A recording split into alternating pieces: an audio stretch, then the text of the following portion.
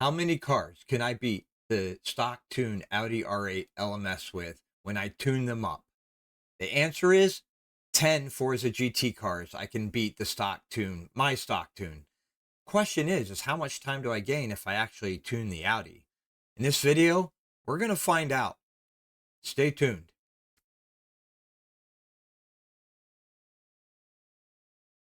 In this video, I tuned 17 of the 20 Forza GT cars so that you don't have to. You can download them in the game, or you could copy them off of here. If you copy them off of here, it gives you more opportunities to make adjustments based on the track. My Road America tunes tend to be pretty loose and need to be tightened up for a lot of other tracks. That being said, I think for most people, these will be pretty useful. If you do download it in the game, please leave a like. The more likes the tune actually gets, the more likely it is to be found by others when they do general searches by car. So with that out of the way, I did not do the 15 Porsche 911 RSR. It's a terrible car, and it was terrible to even tune. I think I made it worse by tuning it. The touring cars, I'm giving you one. I'm giving you the Ford Falcon.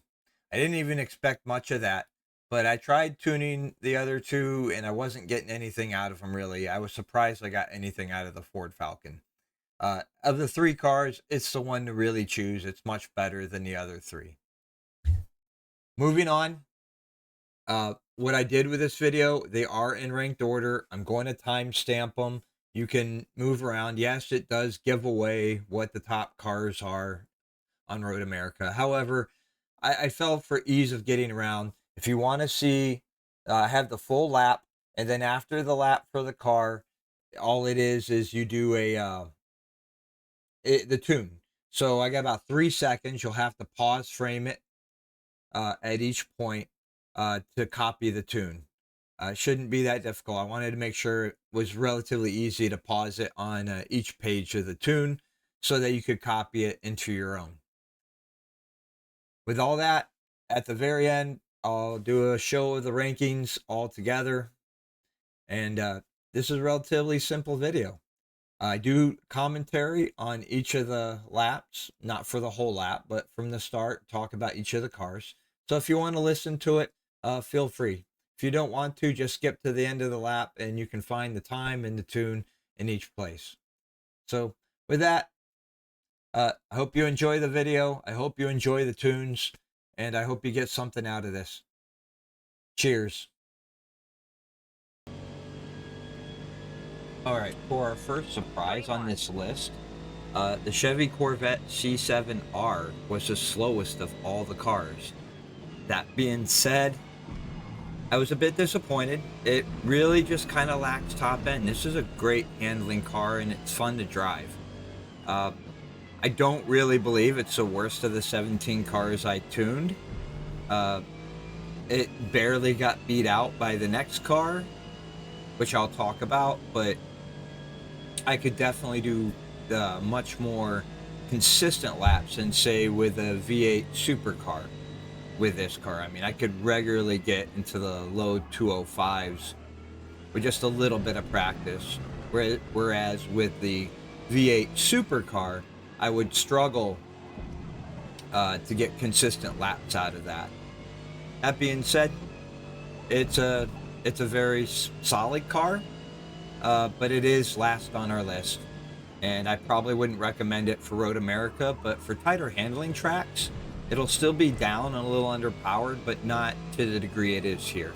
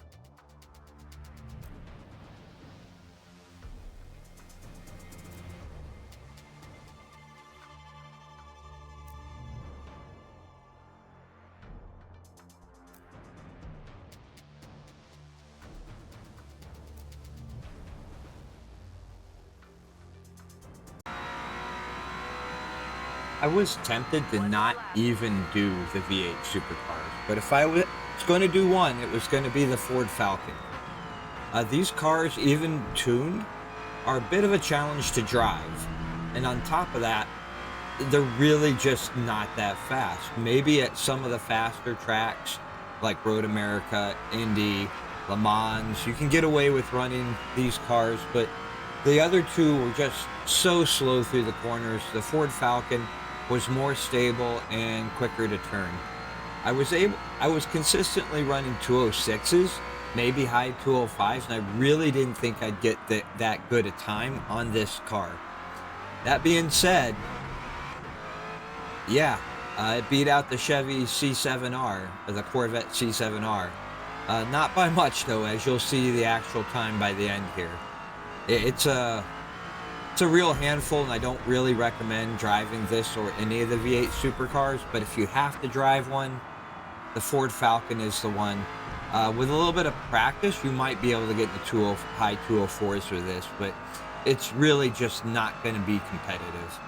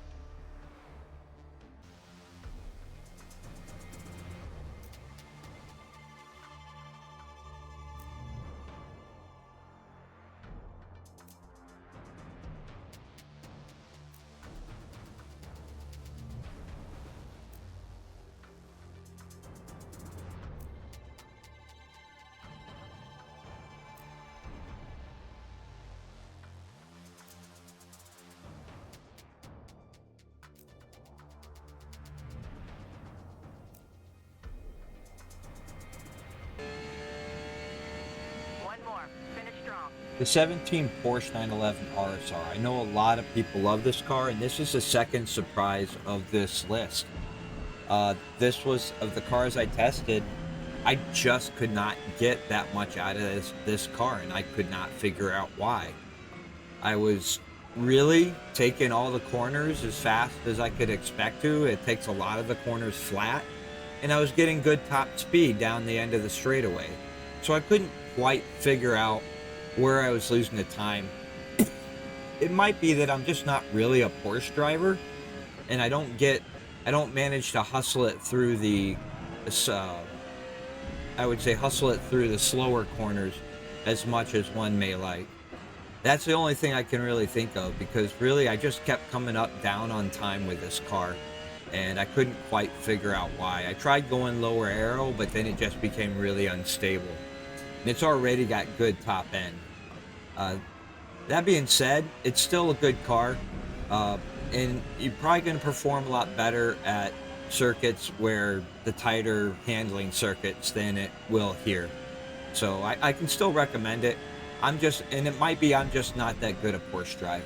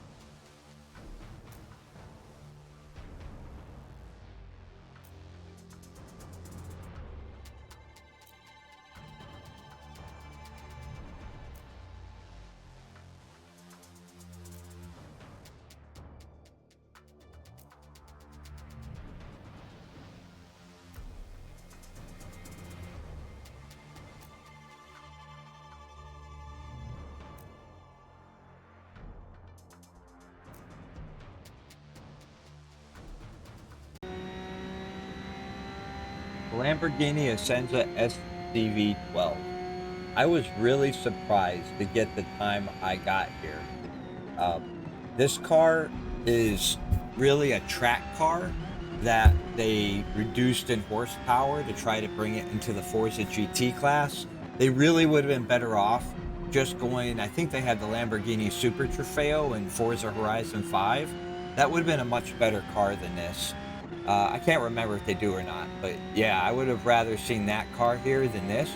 The Super Trofeo was close enough to a GT3 that they could have brought it into spec much easier and it would have handled better. That being said, I did get a decent time here. I got into the 204s, but you can feel that the engine just isn't designed to be under 600 horsepower. It really peaks out, and you can see I'm turning the wheel over. I've got the steering lock set to 70. It just doesn't like the turn. You can tell it's really set up to have like almost 900 horsepower at the rear, and it just doesn't. So it just the rear end just really wants to stick. Somebody who's a better tuner might be able to get more out of this, but even with better gearing, it's still slow off the line, and I can't really recommend it for online racing, but it does decent enough that if you must drive a Lamborghini, you can get some decent times with it.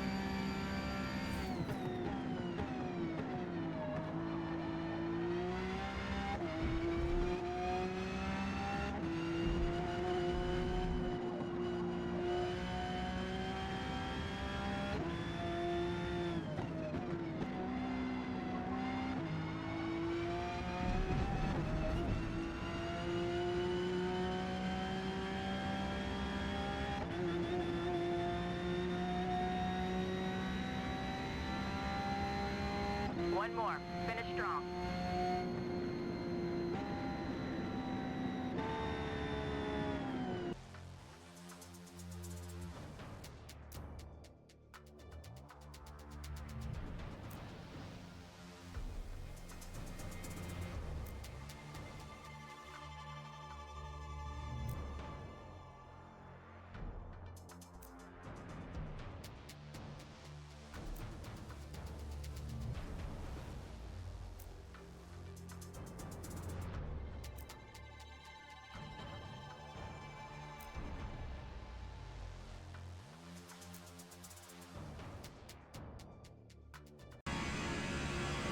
The Dodge Challenger, this is an interesting car, and I did not expect it to do this well.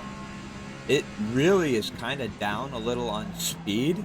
If you look over there at the top end, 167.3, so I mean, you're not hitting very good top speeds, but it does, especially with better gearing, it pulls really well at the low and mid range, and it's got great handling. So I reduced the aero quite a bit on this, and it still handles really well.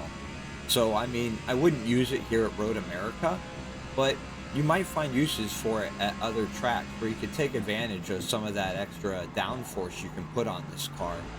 It's got a pretty good balance. It's one of the few cars that you don't need to ramp up the front aero and reduce the rear aero a ton. And it just, I don't know, and it's fun to drive. Definitely had to do some tweaking with it because basically in stock, it's very difficult to drive. And like just wobbles all over the place, especially under braking. But once you dial that out, it's pretty solid. It's still underpowered, but it still can be a good choice on some of the tighter handling circuits.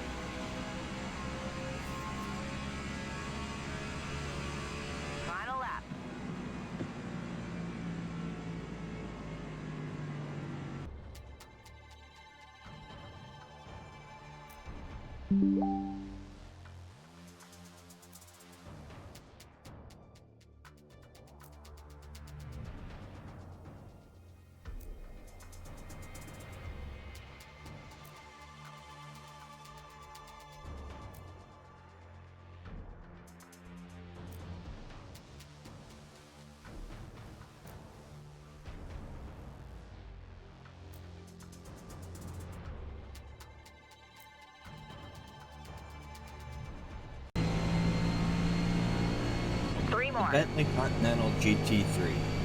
It lands in this place. It could potentially be a better car than I'm giving it credit for. Regularly during my laps, I was running 2 to 3 tenths faster than I actually came up with a final time, but I couldn't spend all day trying to get a great time out of this. So, you know, it's got a 204.72. It literally tied the time I got in the stock Audi. So this is the first of the cars that could potentially beat the stock Audi. It's really good, a bit quirky, especially from the cockpit. You're on the right side, and it takes some getting used to. But if you really love the Bentley, this is a pretty good tune to work at, and if you just practice it a bit, mid 204s is definitely possible with this car. I'm not really sure what else to say about it. It's a great solid choice, and really the first of our cars that where we really start getting into, hey, these are pretty competitive.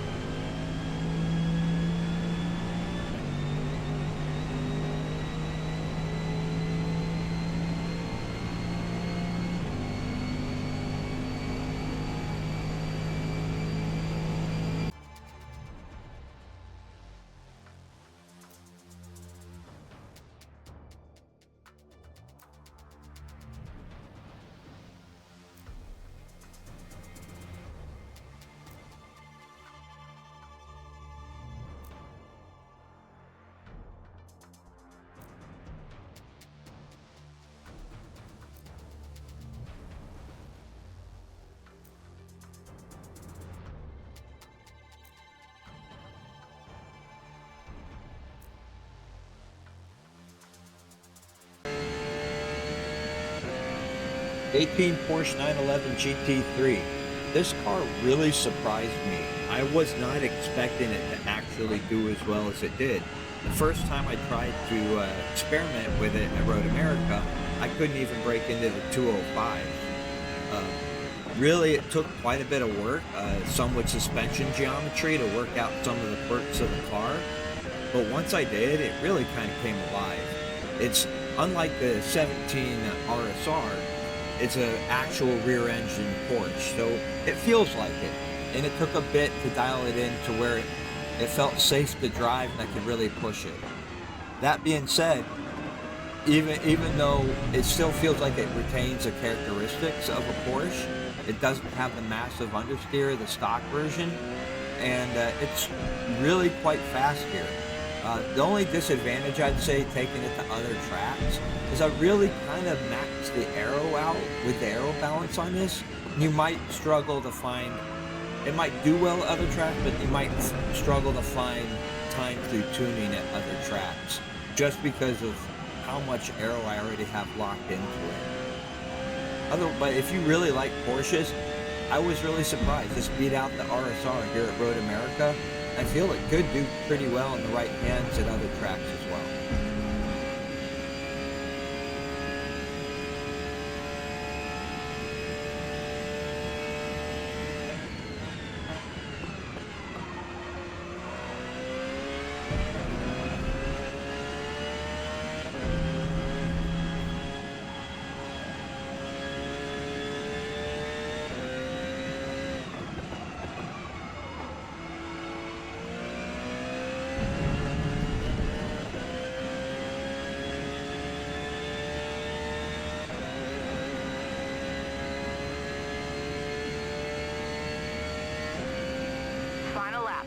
got this.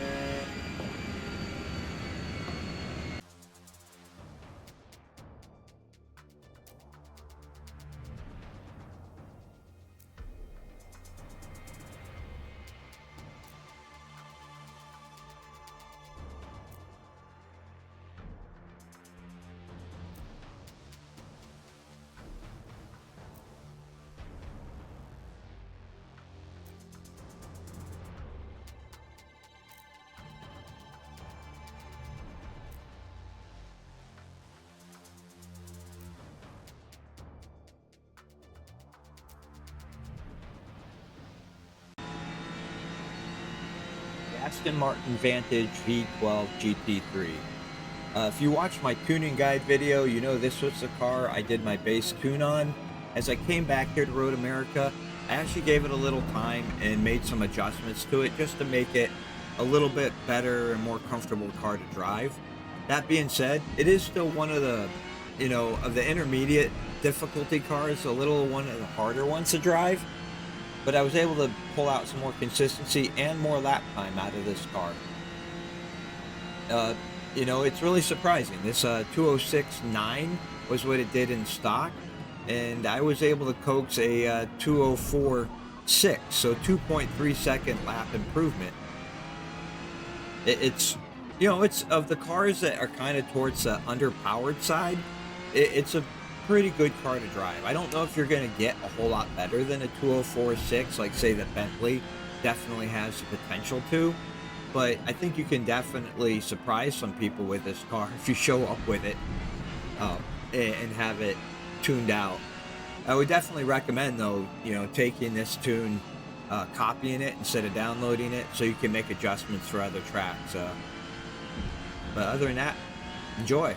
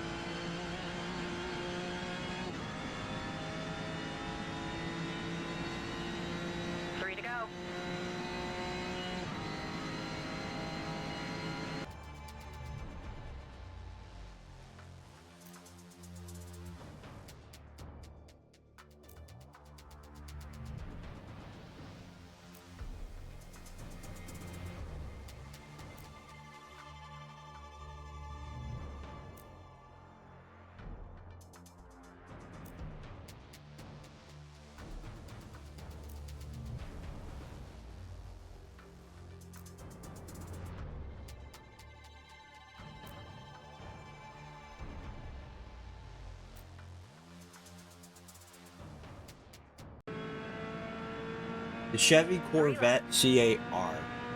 This is another big surprise on my list and probably my biggest disappointment.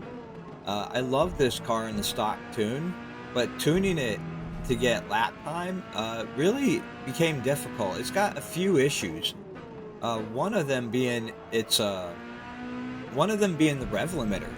It bounces off the rev limiter very easy, and for a car where the power is really close to the red line, that's a bit of a problem. So gearing became an issue. The other issue is just that I don't know. It's like the Porsche RSR. It had decent top end. It takes all the high-speed corners, a lot of them flat. It just isn't pulling in the mid-range, I think, to really get the top lap times. And really, this was the best I could get out of it. A 204.6. I was really it's a bit of a disappointment. I was expecting this car to be up here with some of the top competitors that were pushing to get into the 203 range. There's a few of those cars that really had the potential to do that. And this one, I just kept coming up short no matter what I did with the tune. I just couldn't coax more out of it. I did find, though, that the springs are really too stiff. And I took 200 off of each, the front and rear. and it became a much more compliant car to drive on the limit. So there is that. It should be really consistent with this car. And once you get off-road America, it's still a really, really good car and potentially competitive with some of the cars later in this list.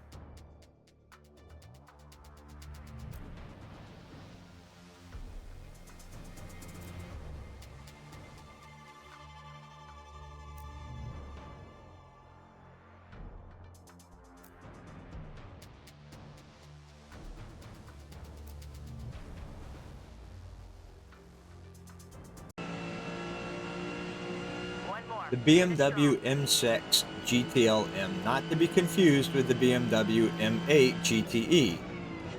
This car I really enjoyed as a stock car. It doesn't have a lot of top end. I wasn't sure what I was going to be able to get out of it.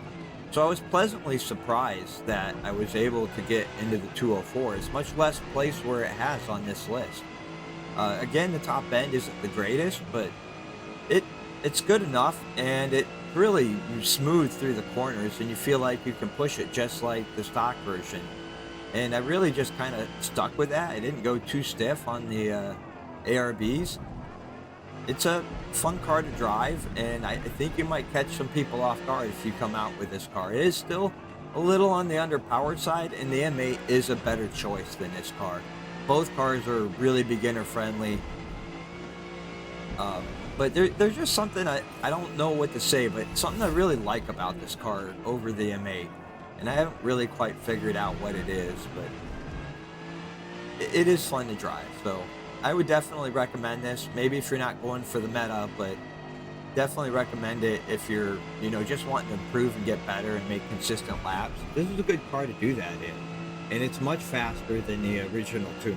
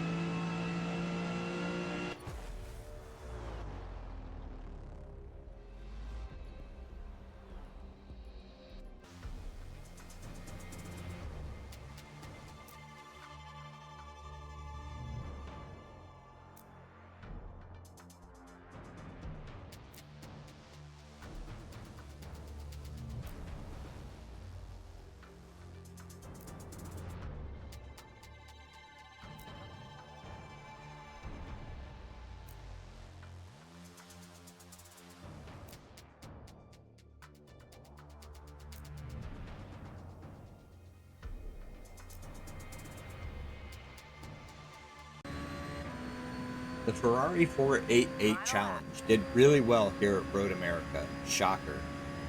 It is a very fast car in a straight line, and it took me a while to really kind of dial out some of the wildness it has at the limit. But once I did, it really kind of came alive.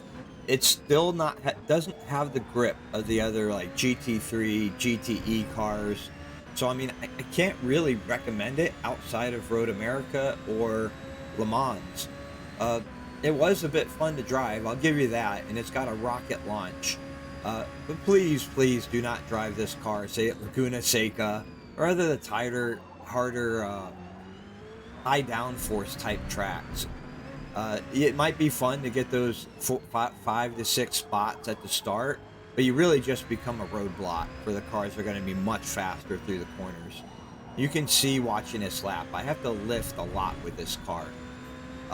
But you know, if you have to use it, I really wish they had brought in like the 488 GTE or the 488 GT3 instead of this car. The challenge doesn't quite fit the category. It's designed to be fast but have a lot less grip than the other GTE, GT3 cars. And for it to be in here, it's like the V8 supercars. It's much better than the V8 supercars, but it's definitely kind of out of the box and creates some balancing problems.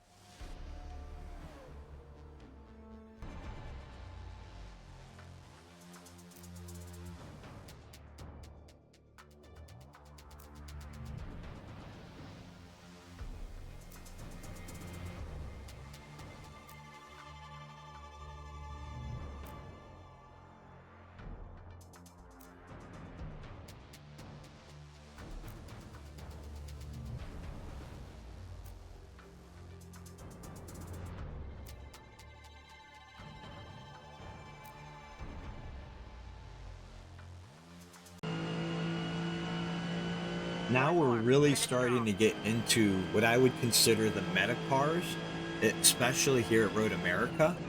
But I think any track, these cars are going to be right there at the top. Now, I'm not counting the Audi.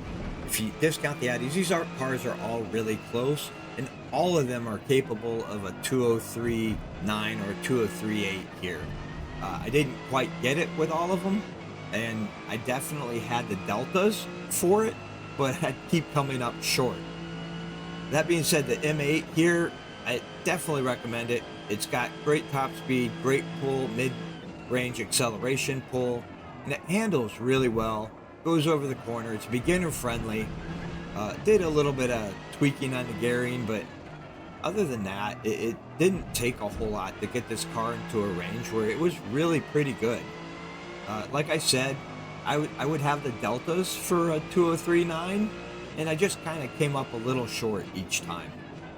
I believe this lap is like a 204.265. And really, the next 4 cars, 5 cars, could be pretty interchangeable.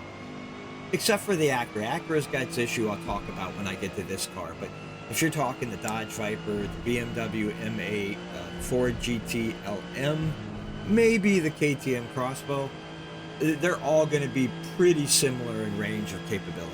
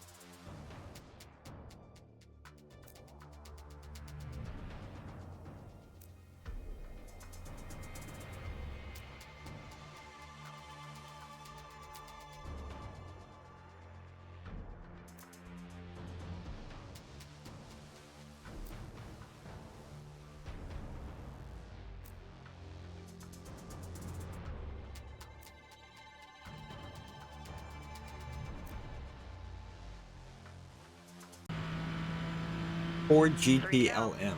This is my personal favorite car. I drive it a lot in multiplayer. It might be doing a little better here because I spent the most time with it. That being said, this car is definitely capable of 203, under 203.9s, 203.8s. I just wasn't able to quite put the lap together. Uh, the next 3 cars are all separated by less than a tenth. So it's a really good car. I can consistently get in the low 204s. I have run a 203.9 in multiplayer. This lap isn't quite as fast as the one I did in the wheel versus controller, but pretty close. And I felt it's a pretty good representation of what this car is capable of at Road America. It is a bit of a quirky car to drive. I have the steering lock at 80.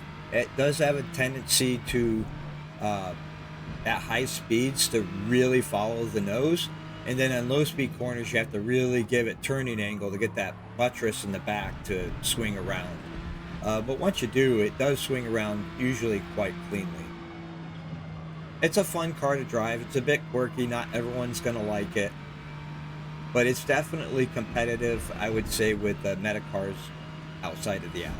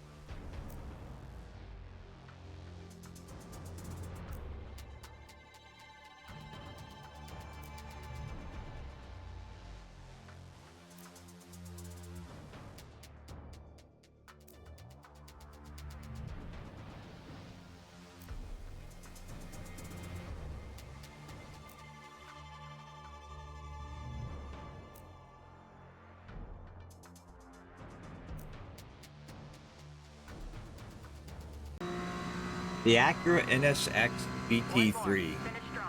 This car is simultaneously good and a disappointment at the same time. It took me a lot. I was about to give up on this car. I had to play with the suspension geometry a lot to get this car drivable. And even so, I still find it pretty difficult to drive. You'll get some pretty good times. I got a 204.1 here at Road America. I think this car is capable of more. I think this is really should be your Audi fighter and bordering on OP, but it's really difficult to drive. And I think that's why in general, you don't see it used as much in multiplayer, except outside some of the top Forza RC guys, or maybe some of the, just somebody who likes the Acura, but they never really do that well with it. And it's because it is a difficult car to drive, and it's a difficult car to tune, especially. I did a lot of work with it. I feel this tune is drivable, and you should be able to get some good times here. It's fast and pretty balanced. Definitely, I think this was one of the ones that required a little more aero than in the rear than the other ones, but to be stable. But I really, just a disappointment that I don't feel like I'm extracting as much as you really can from this car. If you got any advice on things to do, I'd be willing to listen. Because I really feel like this should be a relatively OP car. Maybe not quite to the level as the Audi, but definitely should be the second best car.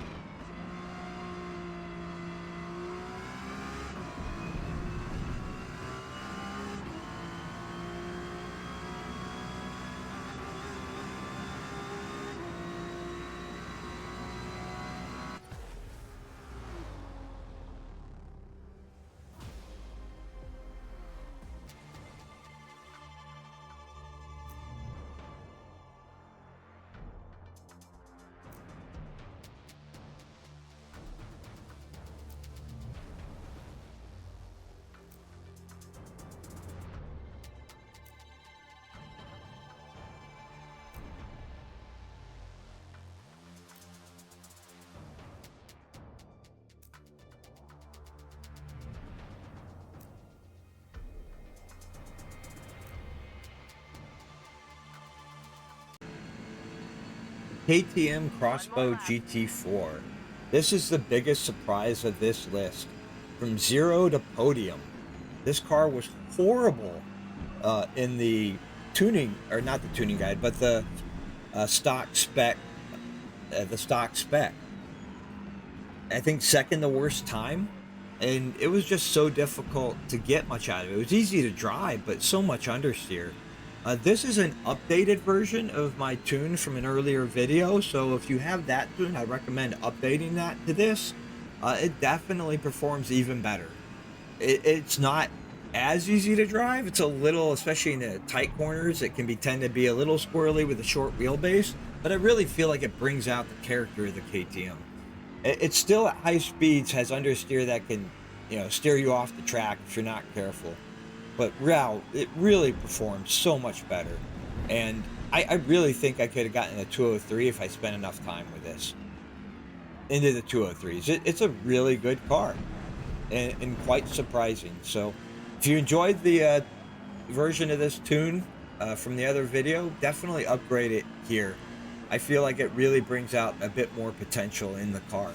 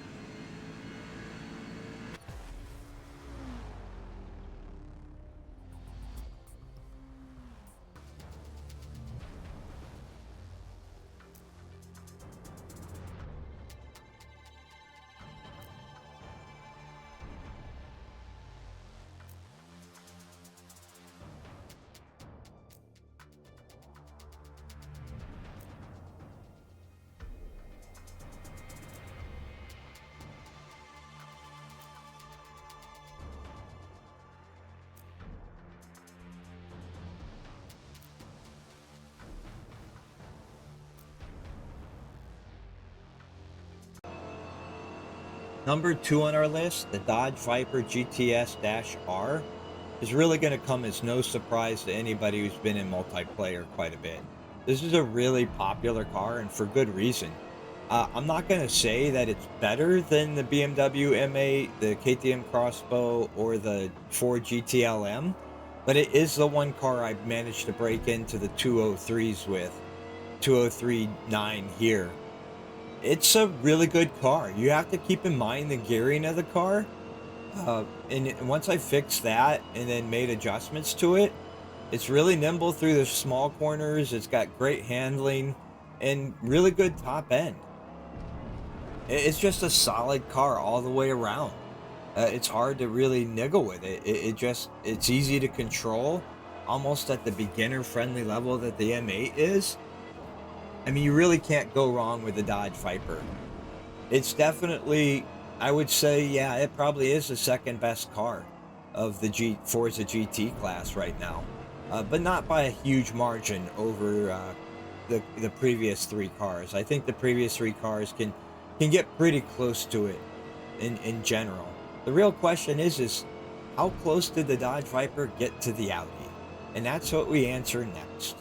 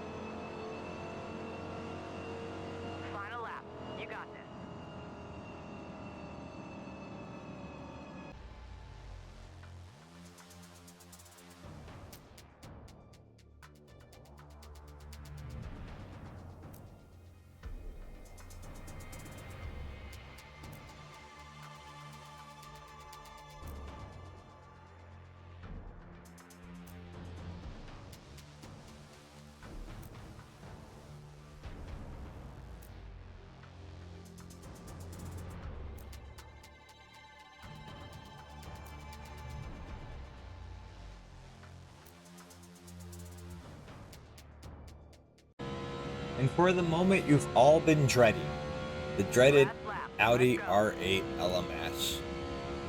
Yeah, this car is fast. What can you say? And it only gets faster with tuning. If you look over there at my best, it wasn't a clean lap, but I'm already in the 203s and I'm doing them pretty regularly. Question is how much faster is it than the other cars? And really consistently, I'm running 203 4s, 203 5s, 203 6s. I wasn't able to replicate it here. I tried to. I wanted you to see it. I have gotten a 203 flat in the Audi before. I just wasn't recording at the time I did it. And that's a hard lap to get, at least for me. I do think this car in this tune specifically is capable of 202, like a 202.9. But yeah, you have to really be on it. That being said, this tune should be much more stable than any of the other Audi, the stock Audi tune. That was one of my focuses on this, and I spent a good bit of time with the suspension geometry and everything. Like, you can actually hit the curbs now. Like, I can actually ride up on this curb and use it to rotate me a little bit without worrying that it's going to spin me out. I can kink it here. You can take the curb, and you can see I lost I'm going to lose about a tenth by the end of this straight, just because I had that little bit of a moment. So it can still catch you out, but it's much safer to take. And just like some of the other cars, if you take enough of the curb at the right angle, it doesn't bother you. If you catch it in a little bit, it's a catchable slide. This is a much better than the stock version, and I was surprised how much I got out of it. It's definitely fast, and this is a 203.4 here. And it's definitely, with practice, capable of 203.2, 203.3s, probably consistently. So I'm sorry to tell you, the Audi still reigns supreme. Not by as much, but still by quite a bit. That being said, don't expect the Audi to stay overpowered forever. It's already got a restrictor in place that would lower the horsepower by about 30. And so you could expect to see in the future a 20 to 30 horsepower nerf on the Audi. And I think it's probably called for to bring it in line with the other GT cars. This is turn 10 though, so will they actually do it?